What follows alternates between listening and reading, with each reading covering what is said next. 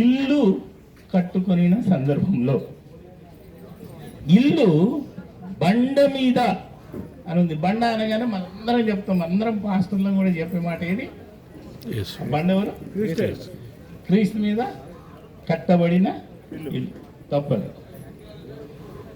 ఇక్కడ క్రీస్తుని గురించి మాట్లాడడం లేదు.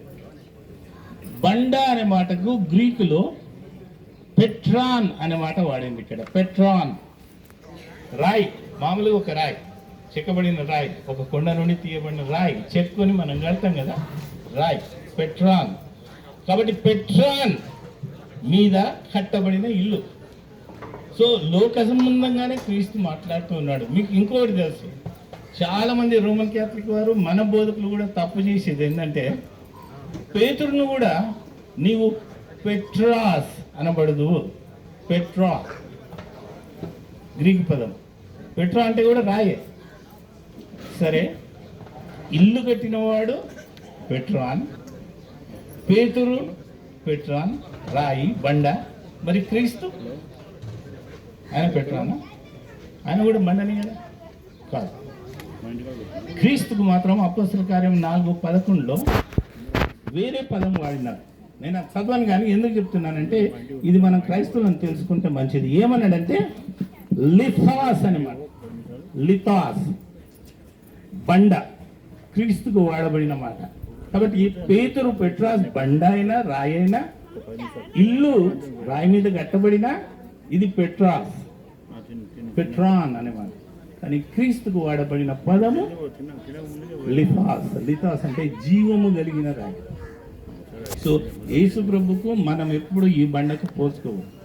లిథాస్ ఆ బండ ఆదిలో మోషే కొడితే నీళ్లు వచ్చినాయి, అదే జీవజలము ఆయన. కాబట్టి ఆ బండకి ఈ బండకు చాలా భేదం ఉంది. అయితే ఇక్కడ ఈయన ఏమంటాడంటే, మీరు ఈ లోక సంబంధమైన రాయి మీద కట్టబడిన వారు అంటే, బాగా వినండి, ఈరోజు మనమందరం విశ్వాసులమందరం కూడా ఎవరమో తెలుసా? మనందరం కూడా పేతురులు, మనందరం కూడా మెలడీ పెట్రాన్, బర్టన్ పెట్రాస్, విక్టర్ పెట్రాస్. ఇక్కడ ఉన్న దైవ సేవ ఎందుకు తెలుసా? ఎందుకు యేసు ప్రభు పెట్రా అనే మాటకు పోల్చిండు ఇల్లును? ఇల్లు కట్టుకోవడం ఎందుకు పెట్రా?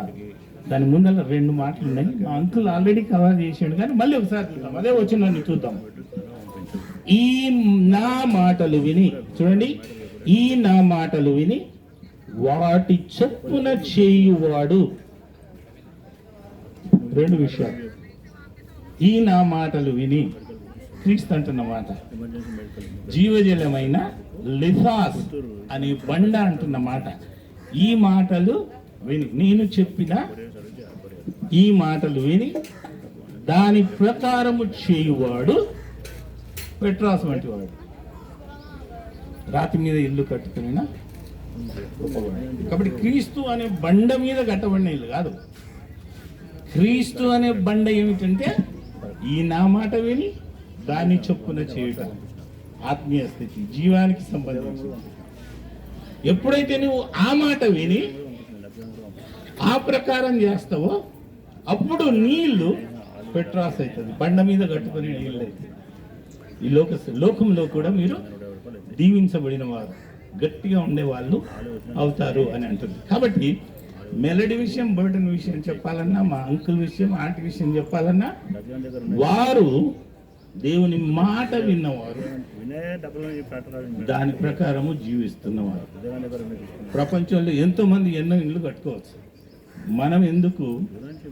దైవ సేవకుడు చెప్పినట్టు ఆశీర్వదించబడ్డ వాళ్ళము అంటే ఆయన మాట వినేవారం, ఆయన చిత్తాన్ని జరిగించే వారం. అందుకే మన ఇల్లు బండ మీద కట్టబడిన ఇల్లు లాంటిది. కాబట్టి ఇంకా డానియల్ చిన్నది కూడా ఉన్నారు.